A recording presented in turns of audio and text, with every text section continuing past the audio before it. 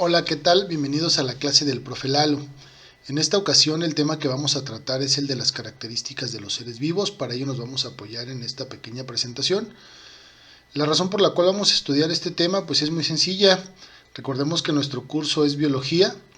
La palabra biología proviene del griego, del vocablo bios, que significa vida, logos, que significa ciencia, estudio o tratado.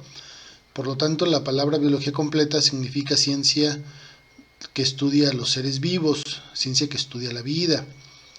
Durante siglos el hombre ha buscado la manera de explicar o de definir lo que es la vida, y la verdad es de que a pesar de muchos intentos no lo ha podido lograr, no ha logrado llegar a una definición satisfactoria de lo que es la vida.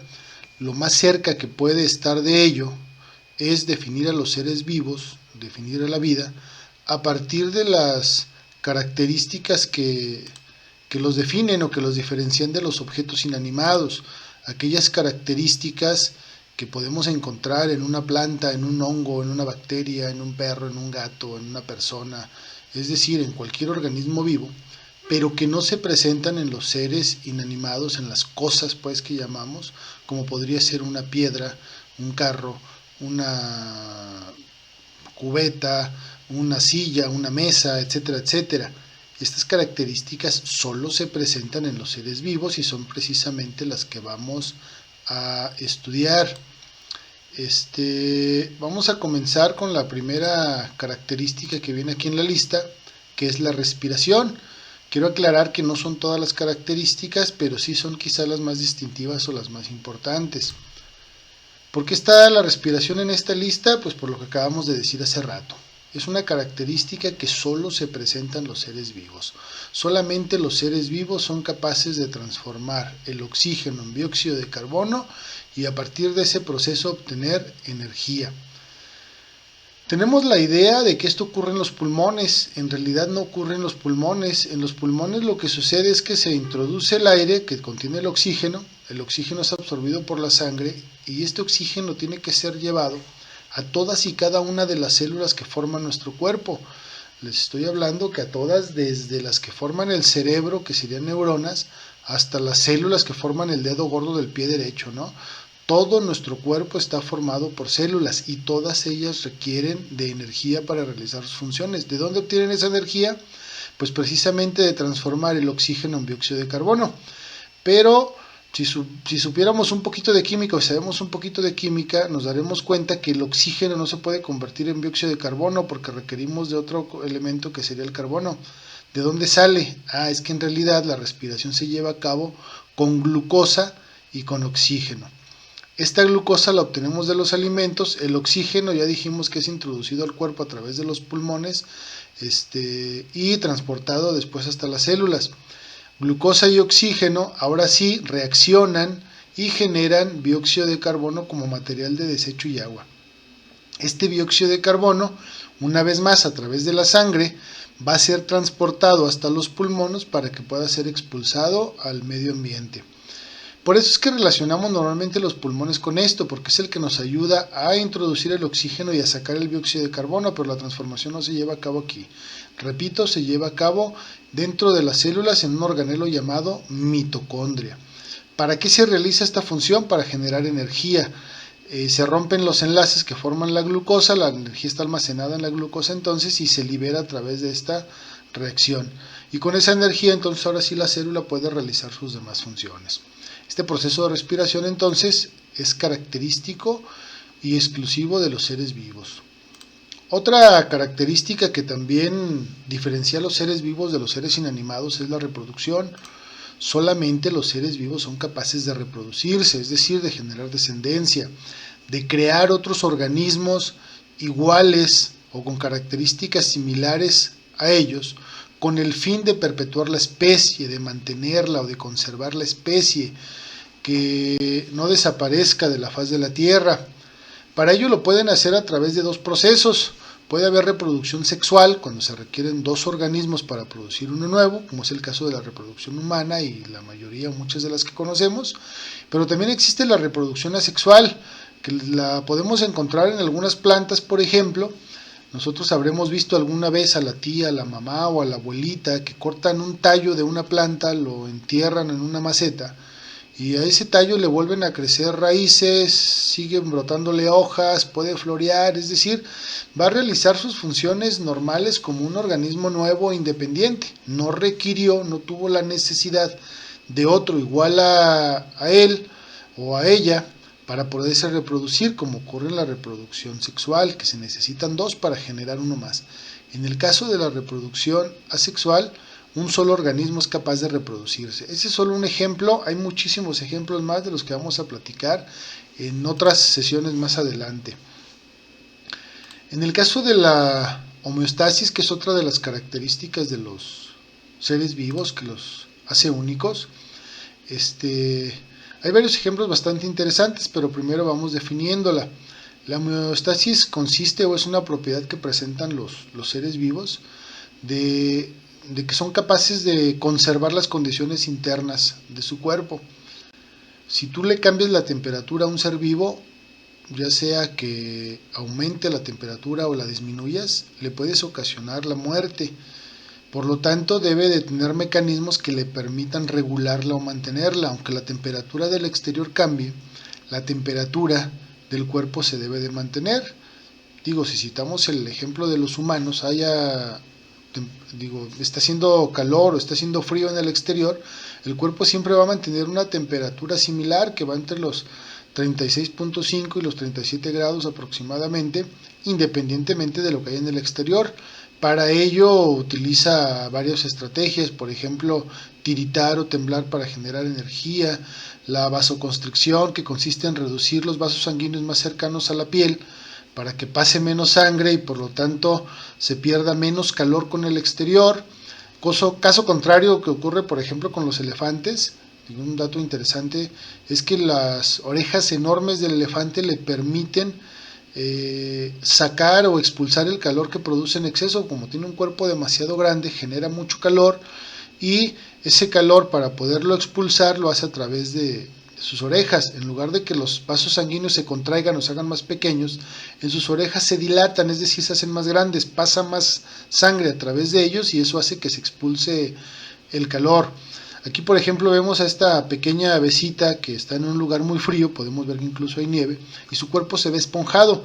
Lo que hace es que se esponjan las plumas, se separan para atrapar aire, calentarlo con su cuerpo y mantenerlo ahí y evitar que el aire frío llegue hasta su cuerpo, que no son las plumas, estoy hablando de su cuerpo interno, a su piel, y evitar que se pierda ese calor. Entonces, los organismos tenemos muchos mecanismos para conservar esas condiciones. Ahorita solo hablé de la temperatura, pero por ejemplo a través de la orina o a través del sudor también nosotros expulsamos sustancias que, si las dejamos dentro de nuestro cuerpo, se pueden convertir en verdaderos venenos y causarnos mucho daño.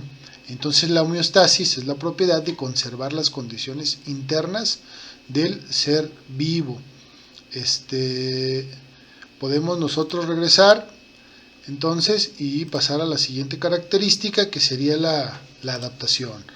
También de adaptación podemos encontrar una infinidad de ejemplos bastante interesantes. Hice una pequeña selección de 3 ejemplos que nos permiten explicar cada uno de los tipos de adaptaciones que hay.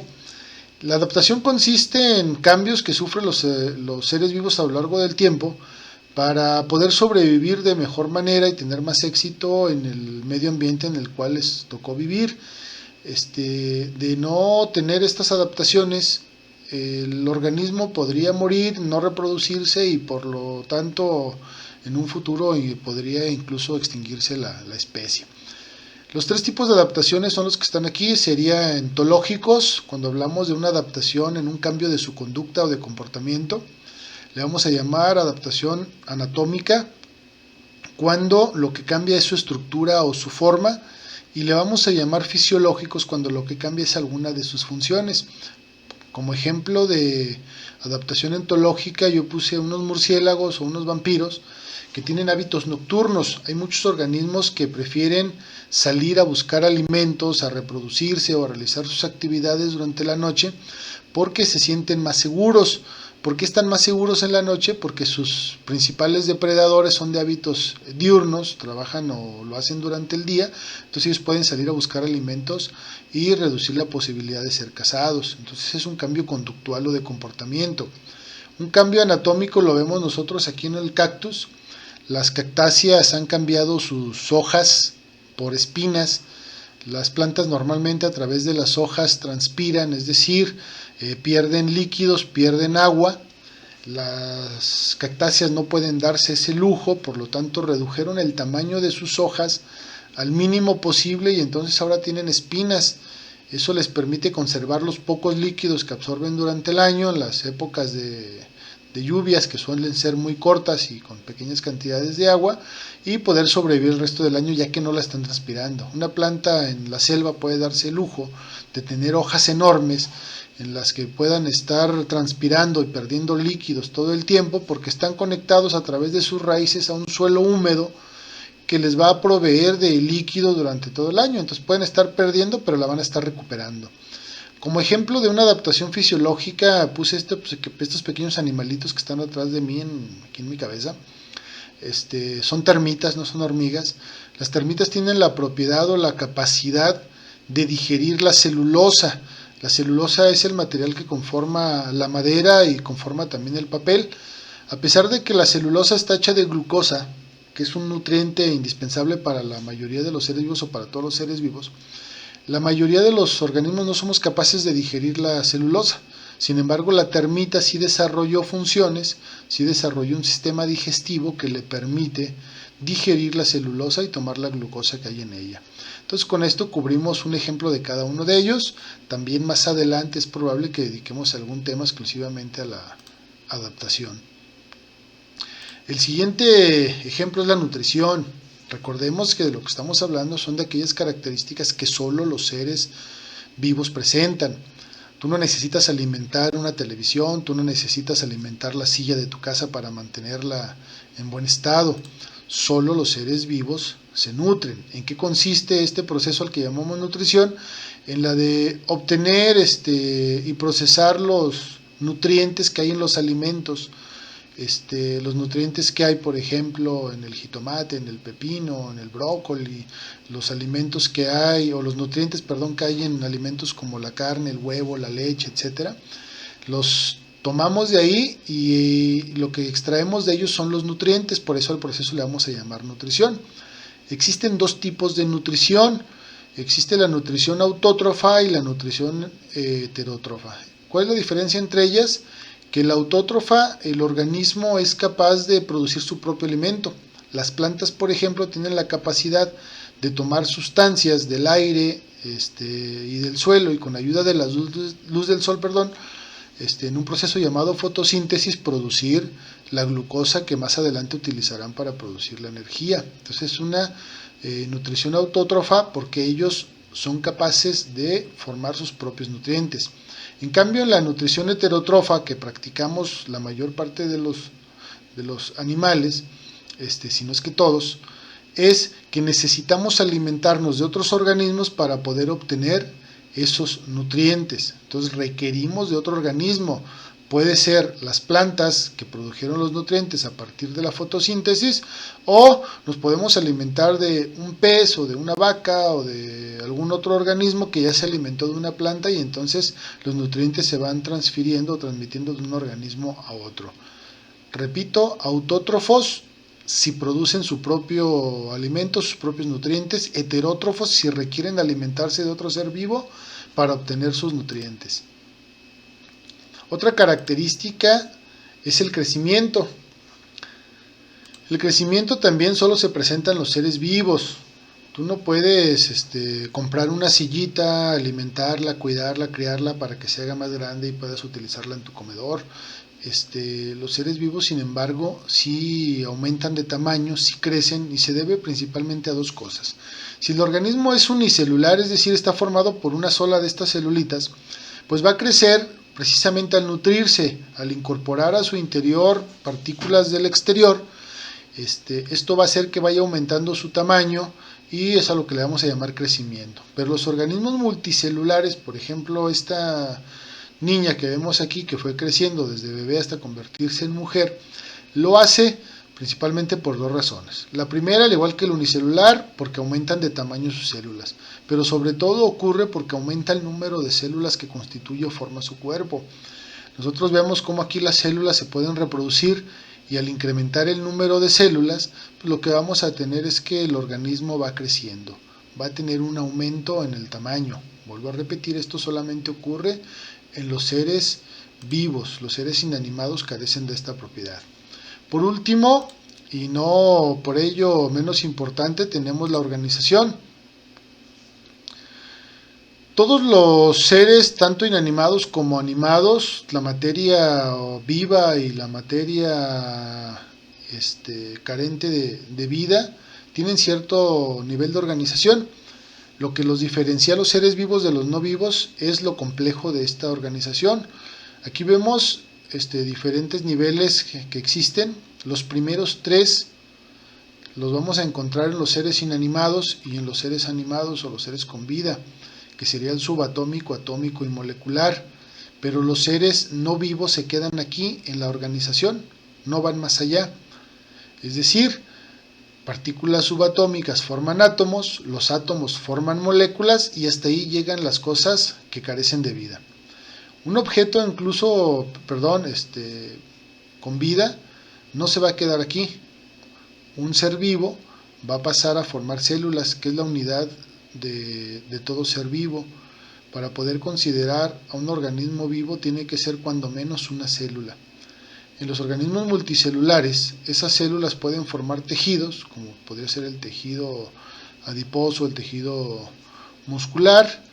Estos tejidos pueden formar órganos, los órganos forman sistemas, los sistemas se organizan y forman al organismo completo, por ejemplo, sistema nervioso, muscular, esquelético, digestivo, etcétera, etcétera, todos en conjunto, organizados, forman un organismo completo. Aquí formamos ya el individuo.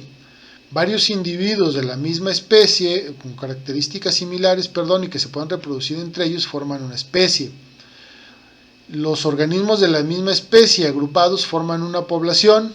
Las poblaciones forman comunidades de diferentes especies ya.